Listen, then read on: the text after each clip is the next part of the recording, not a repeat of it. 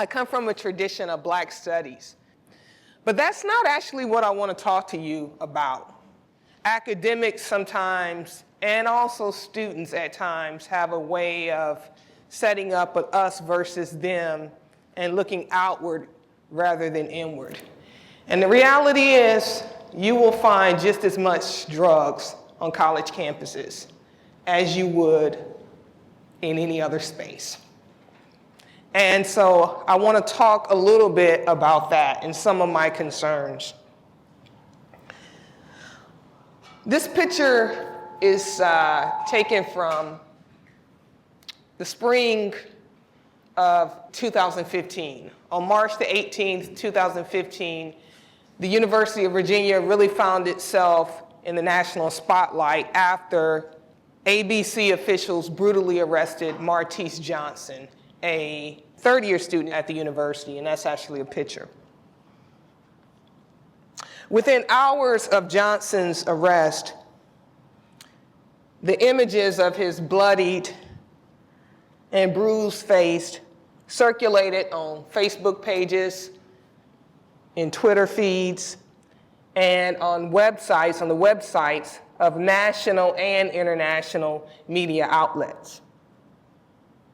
Johnson's arrest occurred at Trinity Restaurant and Bar, a popular hangout spot on the historic corner of the university. His arrest occurred during a moment of great political tension, locally and nationally. The university was still reeling from one, the murder of Hannah Graham, and the Rolling Stone article. Nationally, the country, and particularly African American students, were still reeling from Michael Brown's murder and the aftermath of Ferguson. And it was a moment in which the Black Lives Matter movement was in full swing. Johnson's arrest sparked an intense wave of protest on campus and a great deal of organizing. At the very beginning, there were some basic questions I think that we all had. Did he have an ID? Was the ID fake? Was this simply a case of underage drinking gone wrong? Or was this another case of racially motivated police brutality? For many current students, the incident was related to contemporary issues within and beyond the University of Virginia. One issue, the problem of police brutality. The hyper-surveillance of African American bodies. And let me be clear, far too often we just talk about the hyper-surveillance of African American male bodies. I'm talking about the hyper-surveillance of Black bodies, women and men. Differences in how drinking and certain leisure activities among white and Black youth are viewed and treated. And also related to the general problem of racial diversity and inclusion at the University of Virginia. This happens at a moment where African American enrollment is declining. And I've seen the statistics at VCU, similar story. So the next few weeks were beyond hectic and serve as an inspiration for some of the things that I want to discuss. The issue of substance use and well-being within the college activist community. As the faculty advisor of the Black Student Alliance and the professor of a course that at the time there were 150 students in the course, it's called Black Fire, I had an interesting vantage point to explore the organizing, the fights, the battles with administrators, the battles with each other, and the ways in which we attempted to recover from it all in ways that I will freely admit were healthy and unhealthy. To be certain, the activist community, as a result of Black Lives Matter, openly and courageously promote self-care. But substance abuse is rarely included in those lists of things that we need to be concerned about. No one talks about after the march, when our way of calming down is to go out and have a drink, or 2, or 3, or 4, or 5. And no one talks about the ways in which, because we are on college campuses, and because some of us are rendered middle class, our 4 or 5 or 6 or 7 will never be critiqued. But it's a problem. I had a particular vantage point. I am particularly concerned with how self-care and wellness play out at the university level. How do student activists negotiate stress levels brought about by engagements and political battles in an environment where drugs and alcohol are readily available? At UVA in the spring of 2015, during the height of organizing, there was probably a 2-week period where me and some of the student activists didn't have but more than about 2 to 3 hours of sleep a day. And it wasn't uncommon for some student activists, particularly those student activists who were being interviewed, who were on TV, to go 2 days without sleeping. Interviews had to be done.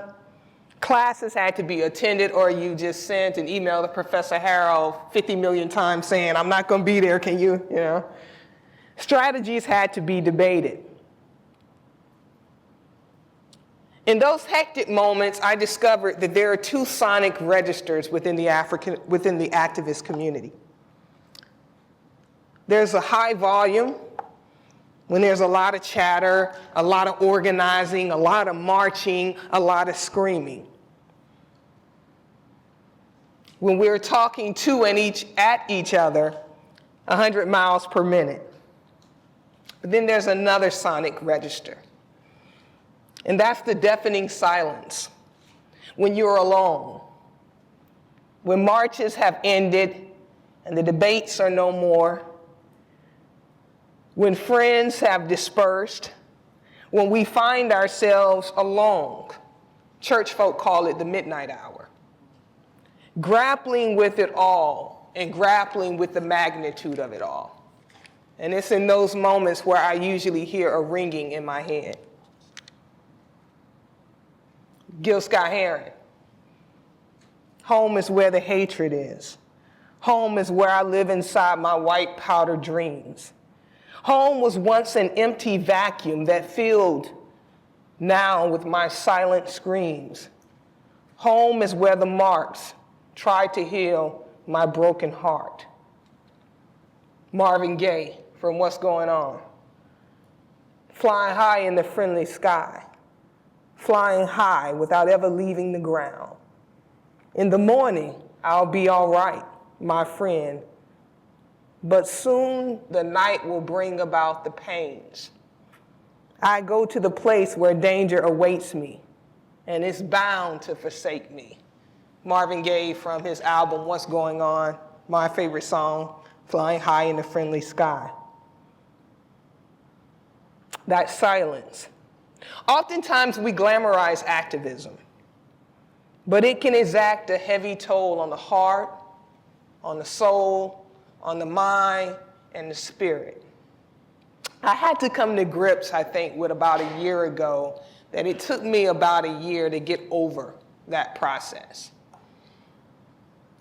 And the truth of the matter is that sometimes we turn to dangerous things to take the sting off, to cope, to get over the hump. Sometimes we turn inward.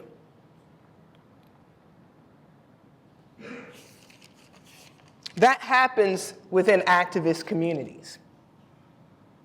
But the danger, I think, of what happens in activist communities at the college level is that we don't talk about it. It took students time to recover from that image. But the reality is, when it happened, there was no immediate response from psychological services. That was not considered a tragedy. That was not considered a major issue in which students needed help with coping with. And so what we have is really an unorganized system in which the activists are somewhere, maybe the African American affairs is somewhere else, and sometimes there's issues of trust, and so when students are going through certain things, they just don't want to always tell the dean of students. Then there's what we call CAP, psychological services. But then there are also these substance abuse issues that just don't get attended to. And so one of the things that I think is one of the biggest challenges in the activist community, but particularly in the college activist community, is to begin to address some of these issues. And sometimes you don't see these issues immediately, particularly if you're on the outside. One of the reasons this became a big issue for me is because I think the day after Martise was arrested, I didn't go home for almost 24 hours. There was one point, my class started at 11 o'clock a.m., and it was one of those big classes, and I teach another class right after it. And the media found out that there was this class taught by this African-American woman, and all of the student activists were in the class, so that was the place to go. I looked up at 11 p.m. when the students were having an organizing meeting, and I realized that I hadn't left that building for 12 hours. What do you do after that? You go out, you go eat, you have a drink. And so you have to be attentive to those patterns. But the intimacy taught me a few things. It taught me how sometimes as activists and sometimes as my students, how people self-medicate. Particularly in a college culture in which getting lit is all right. See, it's not stigmatized in college life like it's stigmatized in certain spaces. It was within this context that I learned you all this too. Hunger is an issue for some of our students. At some colleges have actually started creating pantries. The reason I'm sharing this is because it's important to understand when you have this kind of intimacy with students, when you're like there organizing, you see stuff. And that is what's really, sort of inspiring this to think about this. Some of the things I was able to catch immediately. You talk to students, you share stories, they admit things. But then sometimes the roadblock was money, getting assistance. Sometimes the roadblock was health care. Sometimes it's not immediate. Sometimes it's, wow, I haven't seen that student in 2 months or 3 months. What happened to that student? And then the next semester, or maybe the semester later, you learn what happened to that student. I don't think we have the infrastructure to deal, I think, with the problem of wellness, the problem of substance use that's going on in our communities. And I want to say also within our activist community. Now, let me be very clear. When I'm talking about this in terms of the activist community, I'm not saying that something is more prevalent. But what I am saying is it's something that needs to be addressed. And it can't be addressed just in these moments of crisis. Because I would love to think I have hope. Sometimes I don't have optimism. I would love to think that there will come a time when we won't need any marches, but I don't see that in the near future. And the university will continue to be, as it has been since the 1960s, a site of political protest, a site of political becoming, a site of political organizing. And I think because of that, I think issues of substance use, we have to make that a critical part of our agenda if we truly believe that Black Lives Matter. So thank you.